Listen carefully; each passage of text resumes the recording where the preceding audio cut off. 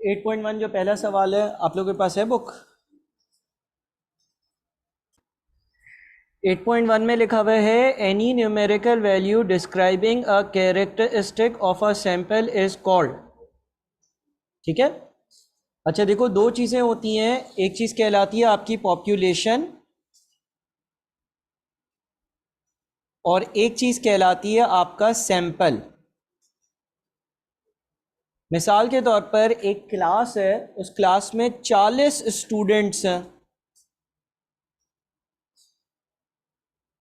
और उसमें से मैं रैंडमली 5 स्टूडेंट्स को सेलेक्ट करता हूं उनकी कॉपीज चेक करने के लिए, या किसी भी वजह से 5 स्टूडेंट्स को सेलेक्ट करता हूं उनके मार्क्स देखने के लिए, तो जो 40 होगा ना ये कहलाएगा पॉपुलेशन। जो 5 होगा ना, मैंने 40 में से 5 का सैंपल पिक किया है।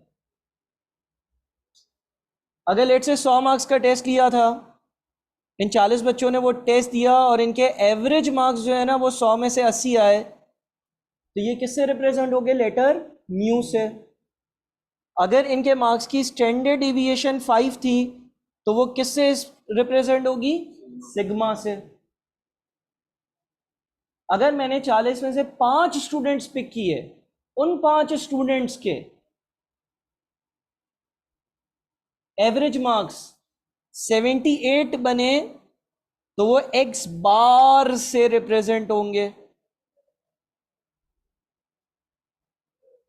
अगर 40 में से मैंने जो 5 स्टूडेंट्स सेलेक्ट किए थे, उन 5 स्टूडेंट्स के जो मार्क्स थे उसकी स्टैंडर्ड डिविएशन कैलकुलेट करी और वो 3 आ रही थी, वो लेटर एस से डिनोट होगी।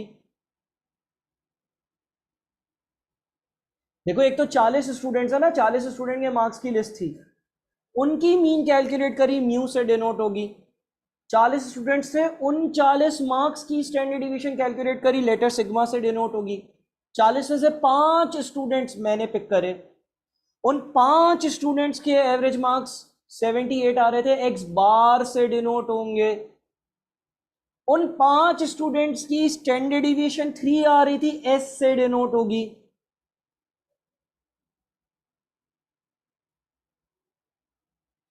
सैंपल की अगर मीन है, स्टैंडर्ड डिविएशन है, सैंपल का मोड है, सैंपल की स्टैंडर्ड डिविएशन है, उसको हम स्टैटिस्टिक कहते हैं।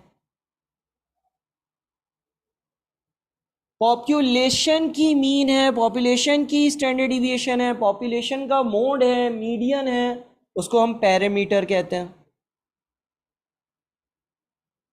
तो इससे पूछा था कि any numerical value describing a characteristic of a sample is called statistic.